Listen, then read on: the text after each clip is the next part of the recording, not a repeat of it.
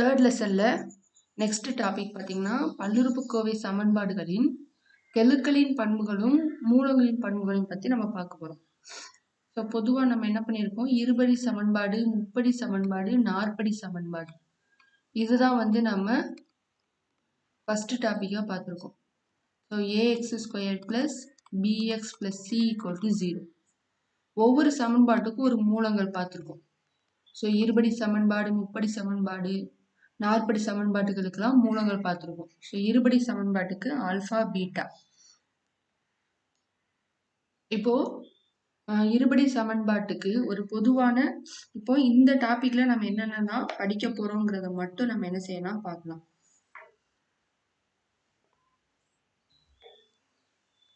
So இங்க நமக்கு பார்த்தீங்கன்னா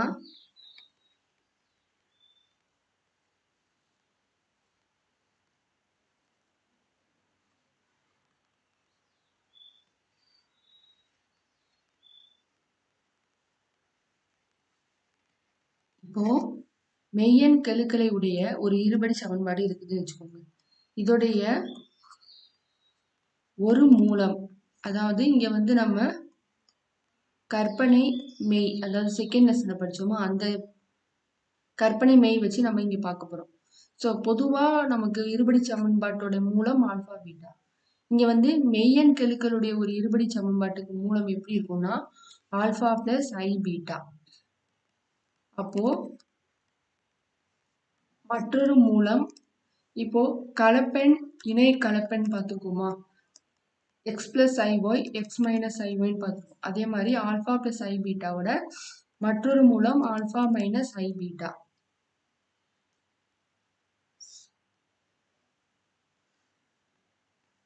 நெக்ஸ்ட் பார்த்தீங்கன்னா இப்போ ஒரு இருபடி சமன்பாடு இருக்கு. அதுக்கு நம்ம டெல்டா என்ன செய்வோம், கண்டுபிடிப்போம். ஸோ டெல்டாங்கிறது பி ஸ்கொயர்டு மைனஸ் 4ac. இந்த டெல்டா ஒரு முழு வர்க்கம் எனில்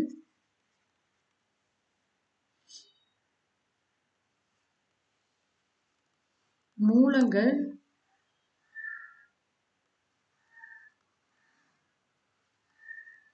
விகிதமுறு எண்களாகும். ஸோ இந்த பாயிண்ட் எல்லாம் நம்ம எடுத்துக்காட்டு பயிற்சி சம்ல யூஸ் பண்ணுவோம். இந்த மாதிரி ஸ்டார் மாதிரி என்ன செஞ்சுக்கோங்க, போட்டுக்கோங்க. அப்பதான் நமக்கு இது ஒன்னொன்னு ஒரு பாயிண்ட். இதெல்லாம் நம்ம ஒரு எடுத்துக்காட்டு சம் பயிற்சி சம்ல பயன்படுத்தும். இப்போ ஒரு சம கொடுத்து, ஒரு இருபடி சமன்பாடு கொடுத்து இதோடைய மூலங்கள் விகிதமுறு எண்களா அப்படின்னு கண்டுபிடிக்க சொல்லுவாங்க. அதுக்கு என்ன செய்யணும், அந்த இருபடி சமன்பாட்டுக்கு இந்த டெல்டா கண்டுபிடிக்கணும். டெல்டா ஒரு முழு வர்க்கம், அதாவது வர்க்கம்னால என்னது, நம்ம ஸ்கொயர் பண்ணுவோம். ஸோ உள்ள இருக்கிறது ஒரு முழு எண்ணா இருந்து அது வர்க்கமா இருந்துச்சுன்னா அப்ப கொடுக்கப்பட்ட இந்த சமன்பாட்டுடைய மூலங்கள் விகிதமுறு எண்கள் அப்படிங்கிறதுக்காக தான் இந்த சின்ன சின்ன பாயிண்ட்ஸ் எல்லாம்.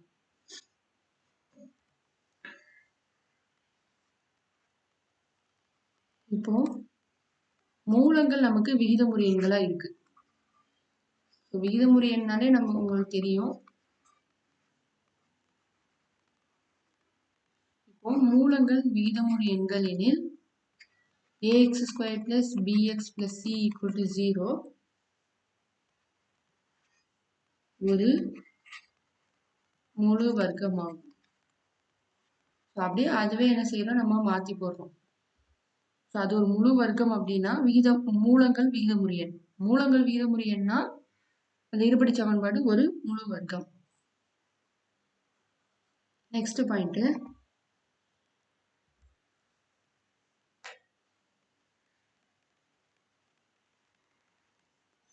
Delta b square minus 4ac. இங்க நம்ம பாத்தீங்கன்னா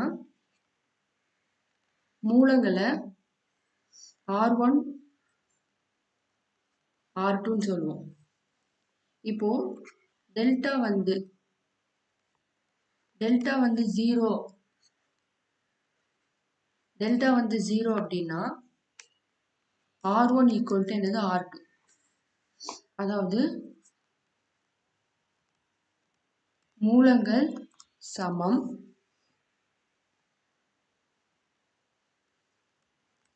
மற்றும்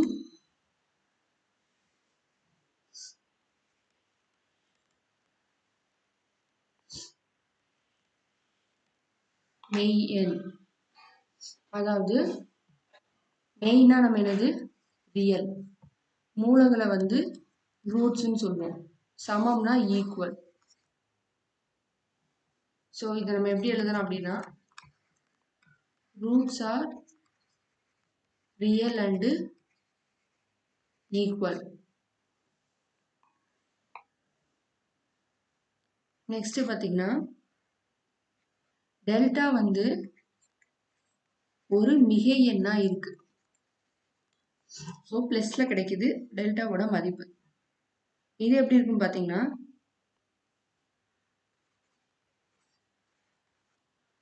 இரு வேறுபட்ட மெய்யெண் மதிப்புகள்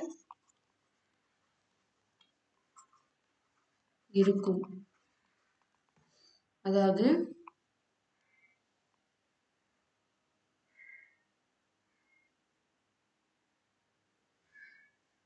நெக்ஸ்ட் பாயிண்ட், டெல்டா வந்து ஒரு குறையெண்.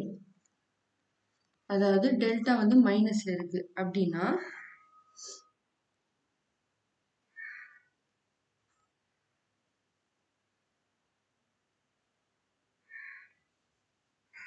இங்க வந்து மூலங்கள் சேர்த்துக்கோங்க. ஏன்னா நம்ம எல்லாமே இந்த மூலங்களை மென்ஷன் பண்ணி தான் பண்றோம்.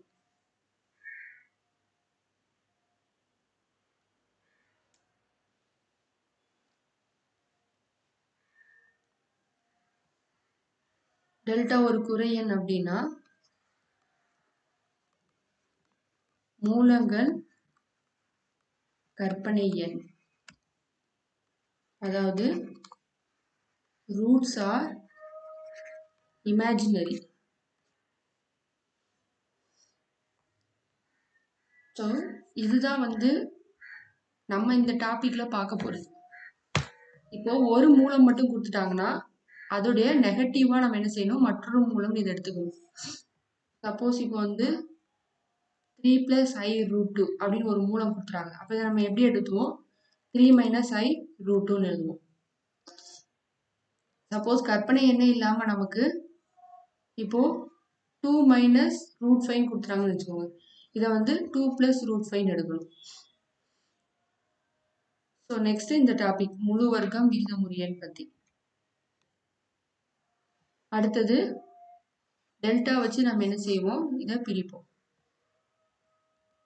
இப்போ எடுத்துக்காட்டு சம்குள்ள போனா 3.8ல பார்த்தீங்கன்னா 2 - √3ஐ மூலமாக கொண்ட, அப்போ இதை ஒரு மூலம் கொடுத்துருக்காங்க. குறைந்தபட்ச படியுடன் மெய்யெண் கெழுக்களுடைய தலை ஒற்றை பல்லுறுப்புக்கோவை சமன்பாட்டை காண்க. மெய்யெண் கெழுக்கள்னாலே நம்ம என்ன பார்த்திருக்கோம், இருபடி சமன்பாடு தான் வரும்.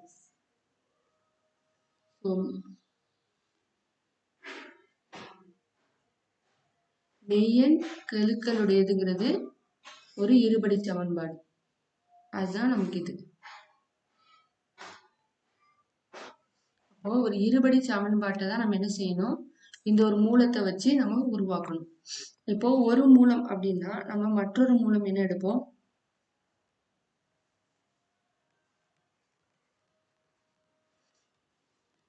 மற்றொரு மூலம் 2 + √3i. இப்போ நமக்கு இருபடி சமன்பாடு தெரியும். x² - மூலங்களின் கூடுதல் x + மூலங்களின் பெருக்கல் = 0. இப்போ மூலங்களின் கூடுதல்ங்கிறது ஆல்பா + பீட்டா. இங்க வந்து இதான் என்னது ஆல்பா, இதான் வந்து பீட்டா. ஏன்னா மூலம்ல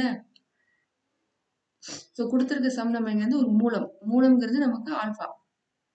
அப்போ 2 - √3i plus 2 + √3i minus plus cancel ஆயிடும் 4. நெக்ஸ்ட் மூலங்களின் பெருக்கல் ஆல்பா பீட்டா 2 - √3i 2 + √3i ஒவ்வொன்றா உள்ள கொண்டு வந்து என்ன செய்யணும், மல்டிப்ளை பண்ணணும். 4 + √3i minus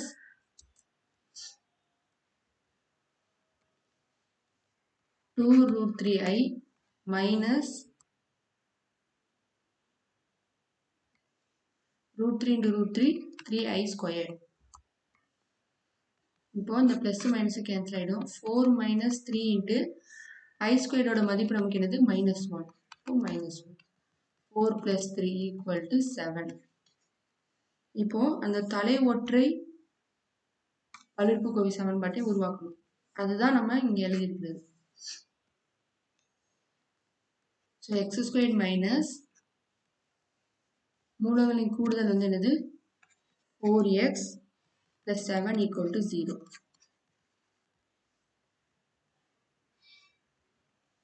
Next example sum 2 minus root 3ஐ மூலமாக கொண்ட. அப்போ இது ஒரு மூலம். So மற்றொரு மூலம் 2 plus root 3.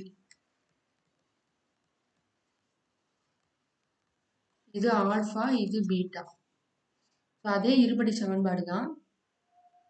x squared minus மூலங்களின் கூடுதல் x plus மூலங்களின் பெருக்கல் equal to 0.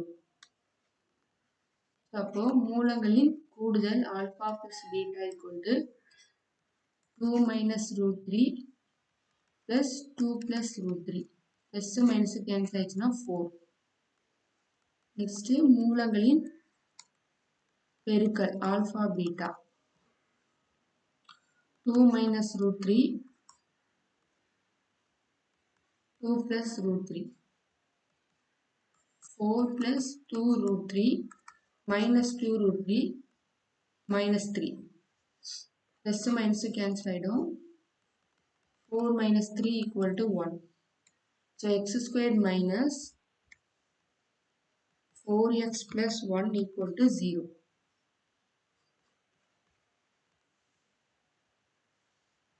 Next example root 2 by root 3 ஒரு மூலமாகவும் முழுக்களை கெழுக்களாகவும் கொண்ட ஒரு பல்லுறுப்புக்கோவை சமன்பாட்டை காண்க. இப்போ பாத்தீங்கன்னா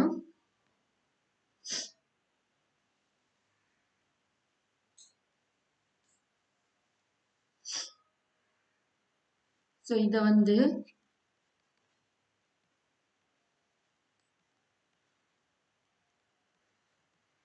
ஒரு மூலம் x equal to root 2 by root 3 எடுத்துக்கலாம். இப்போ இதை ஃபேக்டர் பண்ணோம்னா நமக்கு x minus plus minus ஆயிடும் root 2 by root 3 வரும். அப்போ இதோடைய மற்றொரு மூலம் எப்படி இருக்கும்? மைனஸ்னா நம்ம என்ன செய்வோம்? பிளஸ் பண்ணுவோம். இது ஒரு மூலம். அப்போ மற்றொரு மூலம் வந்து x plus root 2 by root 3. இப்போ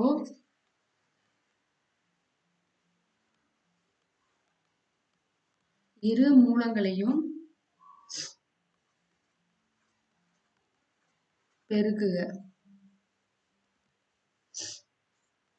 x minus into x plus equal to 0. இது நமக்கு பாத்தீங்கன்னா a minus b a plus b formula அப்படி இருக்கா? அப்போ இதை a square minus b square எழுதணும். ஸோ இங்க வந்து a equal to x b equal to root 2 by root 3. அப்போ x squared minus root 2 by root 3 the whole square.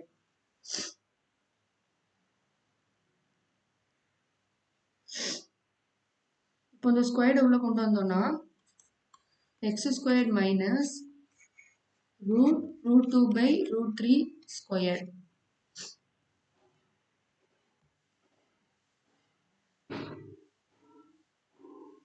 இப்போ இந்த ஸ்கொயர்டும் இந்த பெரிய ரூட்டும் கேன்சல் ஆயிடும்.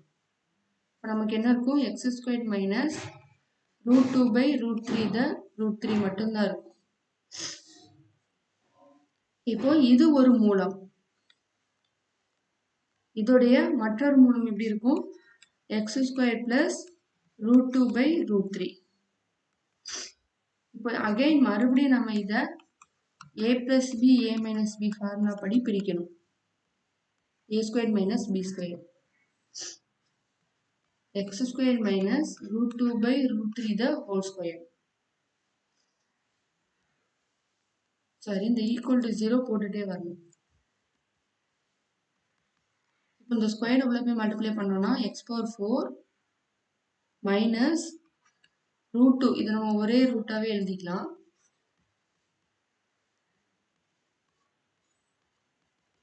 ஸ்கொயர் √2 கேன்சல் ஆகிடும். அப்போ x⁴ minus 2/3 equal to 0. So இதுக்கு வந்து நம்ம எல்சிஎம் எடுத்தோம்னா 3x⁴ மைனஸ் 2 ஈக்குவல் டு 0. இது நமக்கு என்னது? ஒரு பல்லுறுப்புக்கோவை சமன்பாட்டின் அமைப்பாக இருக்கிறது.